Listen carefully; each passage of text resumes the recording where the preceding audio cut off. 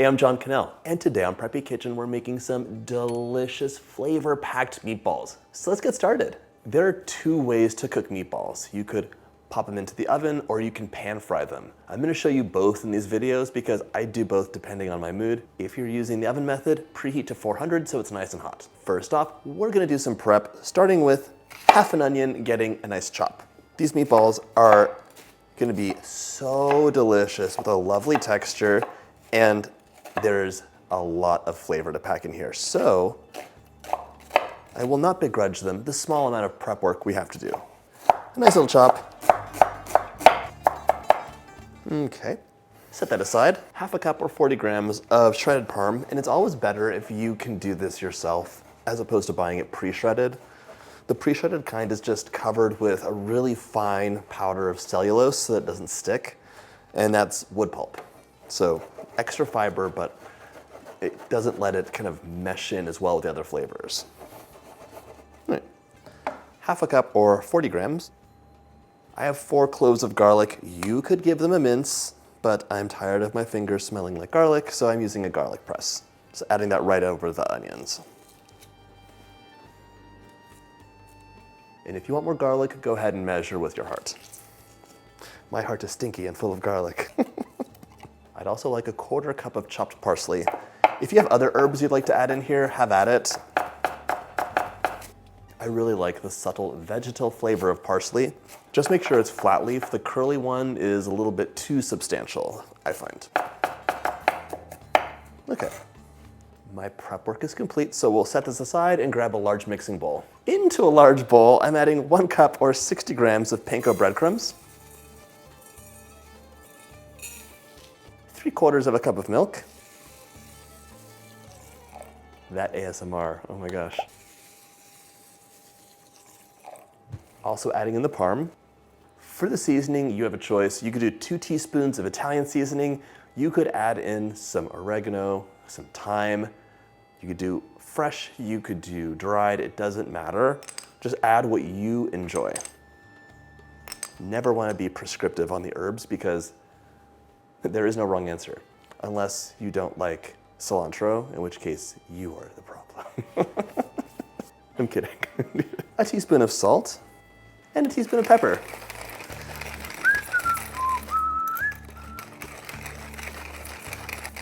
Gotta respect the grind.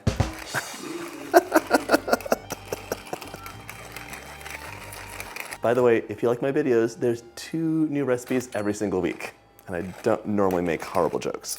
We're gonna give this a mix now, and these breadcrumbs need to soak up all that milk so our meatballs are juicy and tender. If you ever wondered about like breadcrumbs and what they do, on the blog I have a side-by-side showing you the same recipe with breadcrumbs and without, and you can see these make a huge difference in the texture.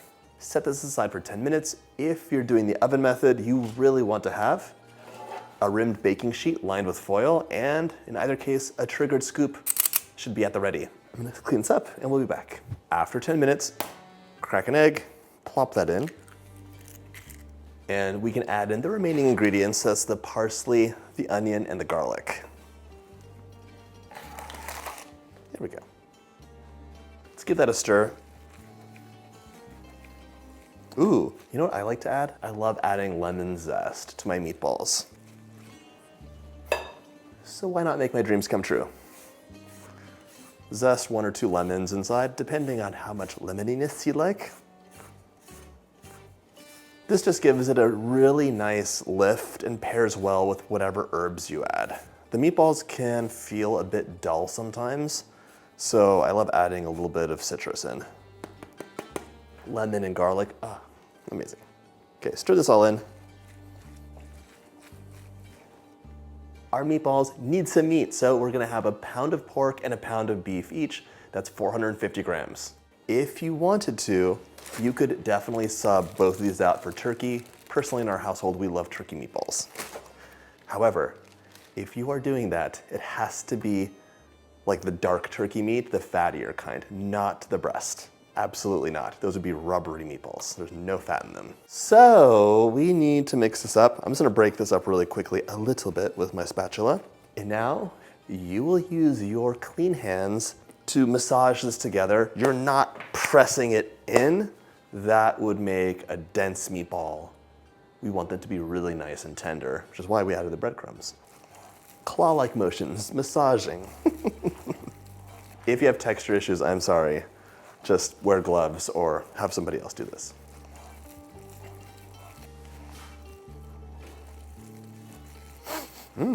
This smells so nice. I like to do this move. Oh, look at that. All that at the bottom. Make sure you go to the bottom of your bowl because there will be a lot of milk, breadcrumbs, etc. malingering about. Remember that word from the SATs?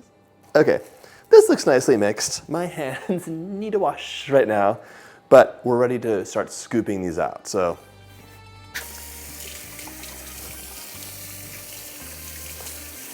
if you're doing the oven method, let's add 2 tablespoons of olive oil here. And if you've ever read a recipe, 2 tablespoons of olive oil is code for however much you want under 1/4 cup. If you ever measure out 2 tablespoons of olive oil, like with a measuring spoon, you're gonna be so, it's not gonna work out. I mean, maybe it will, who knows?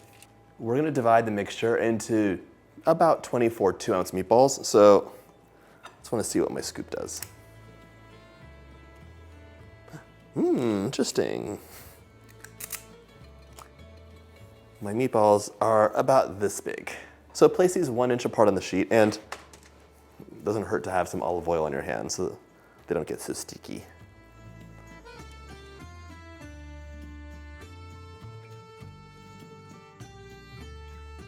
These meatballs can definitely be made in advance.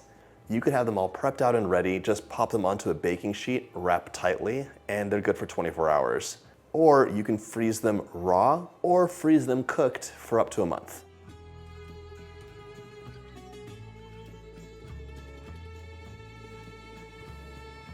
As you roll out these 24 meatballs to about 2 ounces each, it's important that they're just holding together, so they shouldn't be falling apart, but you're not pressing them in. They should be kind of light and fluffy. We want them to be similar sizes so everyone feels like they're having the same delicious treat, and much more importantly, they bake up evenly. Nobody wants to eat raw meat like this. You know, like tartare is fine.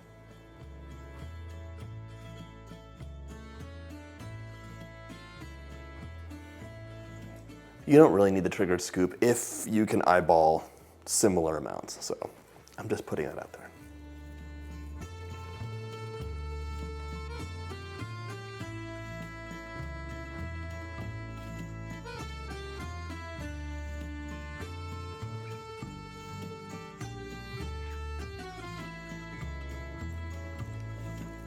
Meatballs have ancient roots. However, the modern one that we think of today was created by Italian-American immigrants in the 20th century. So new, so delicious. Everything has been rolled out. I will once again be thoroughly washing my hands. If you're baking these guys, we're gonna drizzle about 2 more tablespoons of oil on top. And if you have a micro mister, like a spray for oil, you could use that. I had one, but somebody broke it. I ordered one just now. Drizzle, drizzle.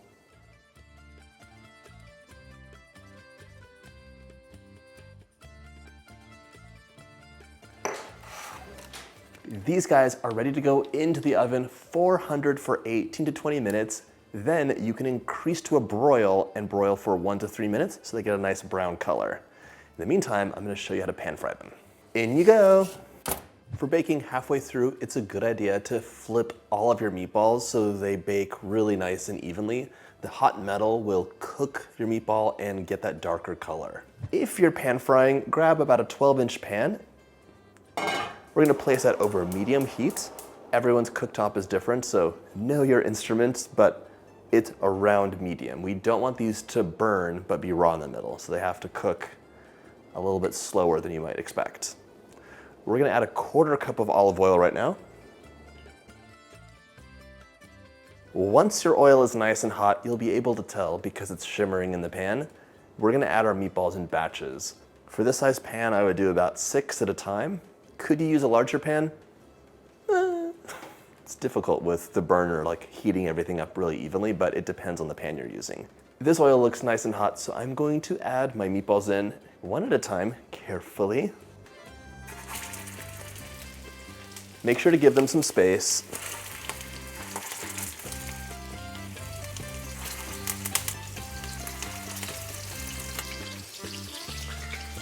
We're gonna cook our meatballs for a minute and then turn them, and then turn them again, and then turn them again, and then turn them again until they're browned all over.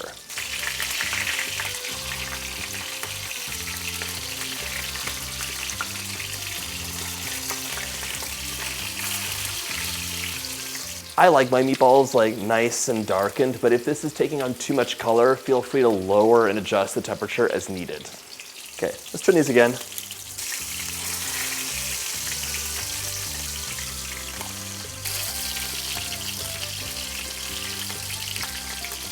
Spaghetti and meatballs, it might just be the perfect combination. My kids love this with a nice marinara sauce. I like this with a white sauce with some parm and garlic, a lot of fresh herbs, and it is delicious. Ooh, a white wine sauce, that's nice. I actually like these anyway as long as there's pasta involved. But if you want, you could eat them as desired with any side.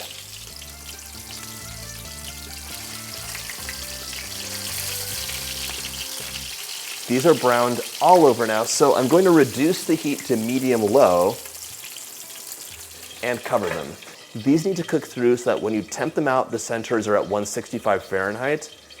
If you wanted to, you could also transfer these onto a lined baking sheet with the same way we did before, and just bake them at 350 for about 15 minutes. That should finish it up, and you would just temp them again. Either way will work totally fine. The oven method kind of just lets you get through all the batches and then bake them in one go. And that way they're all warm at the same time. 165 exactly. So take these off heat and transfer them onto a paper towel lined plate.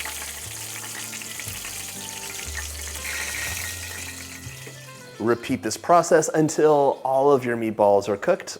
Once they're all done, you'll be serving immediately and tossing with pasta sauce. As you can see, these are both looking delicious. Baked will have less color, and pan frying will caramelize that outside, which I prefer, but it's definitely up to you. Serve with pasta and a sauce of your choice, and just like that, your meatballs are ready to enjoy.